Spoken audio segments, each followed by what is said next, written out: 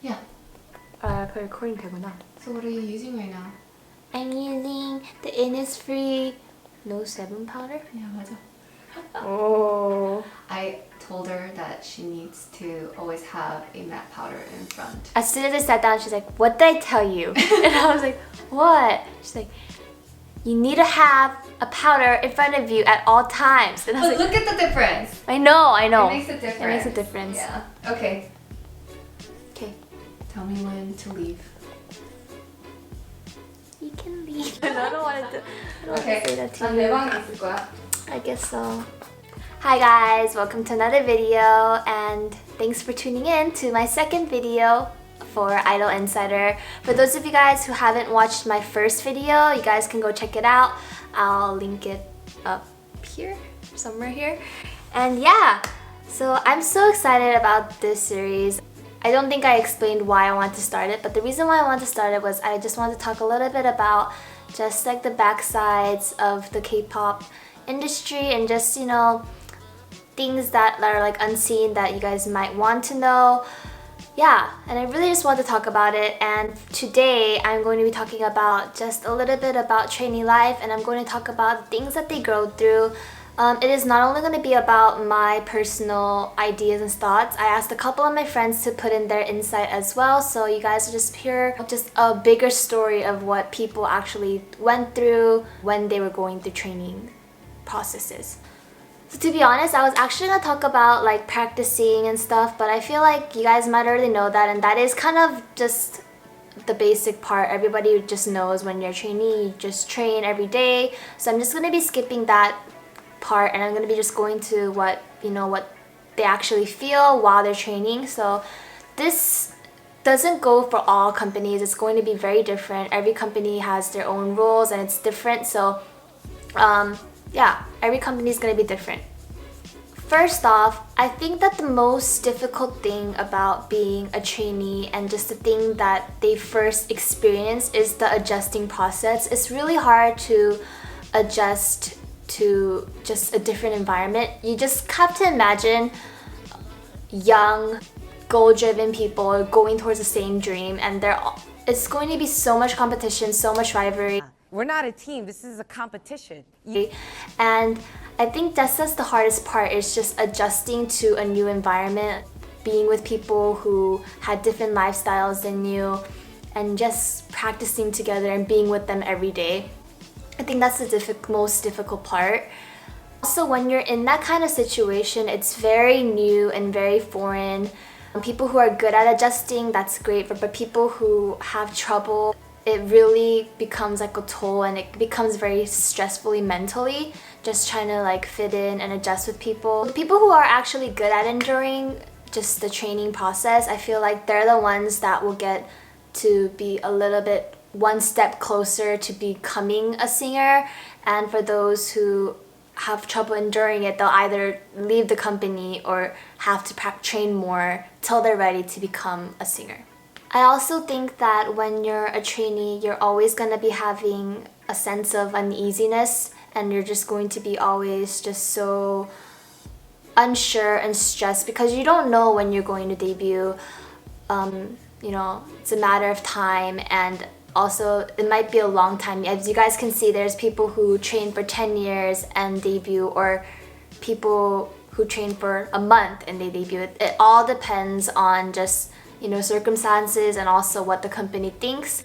So I feel like for me, a lot of trainees have trouble with that, not knowing when they're gonna come out and just, you know, become singers, because you just never know. Oh, this is the biggest thing. I think when they take away your phone sometimes, or if they give you your phones, it's very strict. You can not do social media whatsoever, and also texting. You're not allowed to text guys. Well, for girls, you're not allowed to text guys, and for guys, you're not allowed to text girls. Some companies even make you guys delete all the guys' numbers on the phone, or if you're a guy, they make you delete all the girls' numbers on the phone. And for what I heard, there are actually some companies that do phone inspections, so it'll just be a random phone inspection. They're gonna just tell you to come in, and then you open up like your Kakao, and they're just gonna go through it. And if they find you texting a guy, you will get in trouble, or you might just get kicked out of the company, because this goes for, they always say this, if you can't even keep this simple rule when you're a trainee, once you debut, it's going to be a lot more difficult for you to actually keep other company laws or other company rules. So yeah, I've actually known people who got cut from their company because they were dating inside the company, or they got caught dating. So for me, I feel like once you're a trainee, your private life, there is no private life. There's no private life whatsoever, and no freedom whatsoever either. It's especially worse if you're actually in a dorm, because I mean, if you think about it, there's going to be all the people who practiced with you today. You guys are all tired, super stressed out, and then you guys come home and you guys just kind of want time to yourself, but you don't. You don't have the chance to be by yourself because you're always just going to be surrounded by people. And sometimes it's good, you guys can talk about it and talk about your day, like, oh my god, my day was so stressful, and you guys can heal from each other and comfort each other. But there are times where you are gonna want to be alone, and when everyone is in such a sensitive state, I feel like, you know, you guys can have a little bit of troubles here and there. It's like hard not to argue when there's so many people who are just uneasy and just unsure and super stressed out, you know? So depending on the company, there are some trainees who train and go home, and there are some who live in a dorm. So I think this goes into play. There is a thing called a trainee contract, which is different than the contracts that idols sign. A trainee contract is basically a contract saying that you are solely under the company. You cannot audition for any company, you cannot go to another company, and if you do, you are gonna have to pay a certain price or pay for that. So also, even if you just want to leave the company, you're gonna have to pay for all the things that they invested in you, as to practices, lessons, or just any expenses that were put into you. Yeah, so there's a thing called trainee contracts. It usually varies for each company, but I think they have it a year and then they renew it every time you are gonna be training under them or still training under the company.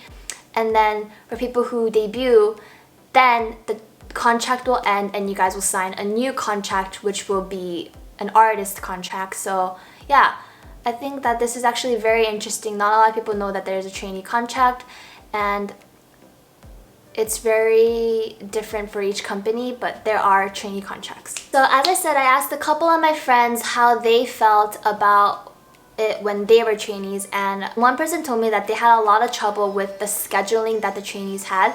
So they would practice from 6 a.m. to 9 p.m. and when they were about to leave, so when you're trying to leave the company and you say, oh, like, okay, like, I'm gonna leave now, they'll kind of pressure you and be like, oh, have you practiced enough today? Or you're satisfied with what you practiced?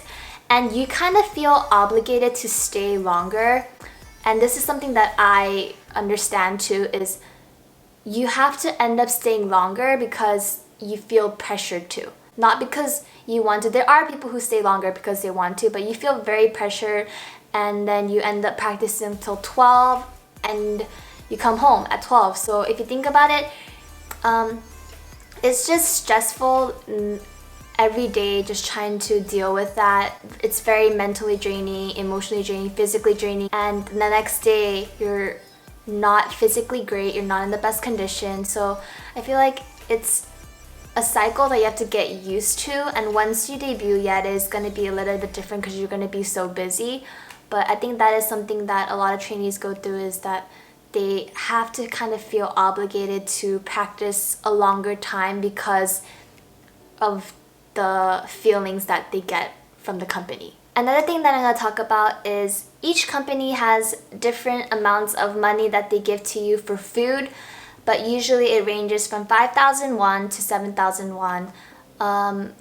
As I said, it varies for each company. Some companies might give that to you just for a day. Some people might give that to you for 2 meals.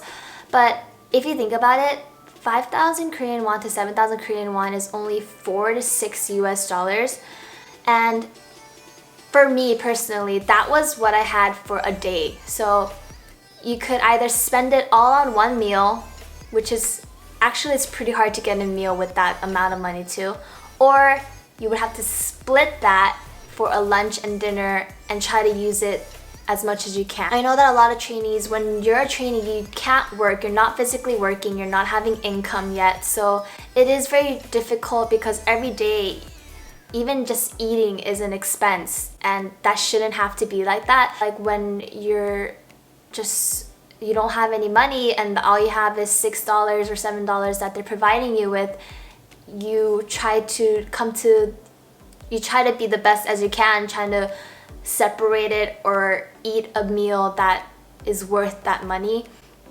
So I feel like for me that was the most difficult part. And plus, what's so funny is that the more cheaper the food is, it's not that great for you. And for girls, when they're on diets, which a lot of companies put girls on diets, it's very hard for you to pick a healthy option to eat because you don't have an option to eat. And also, since we're gonna go talking about dieting, when I was training, I remember getting weighed in every day. So you would go into the company and the first thing you do is you would have to weigh yourself. So every day you would have to put in like a log and weigh yourself.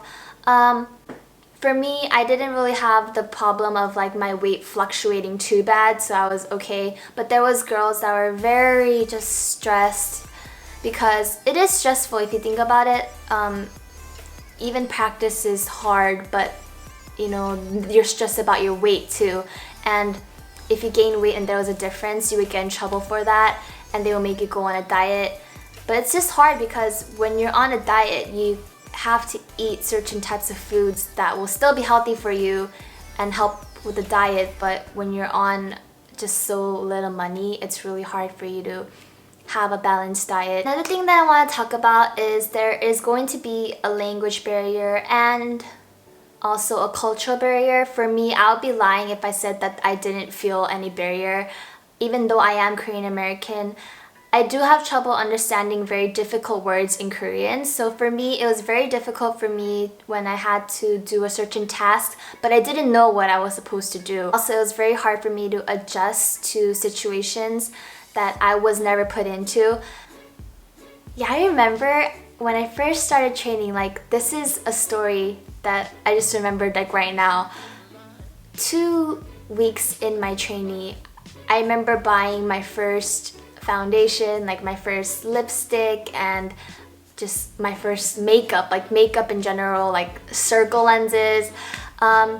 I didn't do any of that before I started training, and I remember when I was training with people, I would notice that I was the only one that wasn't wearing makeup, or that I was presenting myself differently. If I think about it now, you know, it was my decision to do all those stuff, but I feel like for me, I felt like I had to, you know, buy it and just be the same as they were.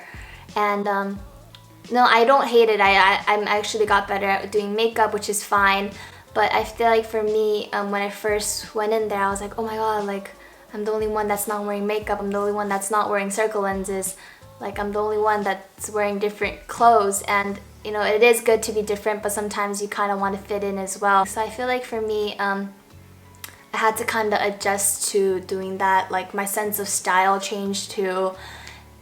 It was a very different experience. So originally I was going to be talking about contract terms in this video as well, but I feel like it is going to be a little too long, so I'm just going to be using that for my next video. And today's video is just going to be this. So me talking about just the experiences and what trainees went through. I hope you guys liked it. I hope that it was very interesting for you guys. And yeah, stay tuned for my next video for Idol Insider. And yeah, thank you for watching.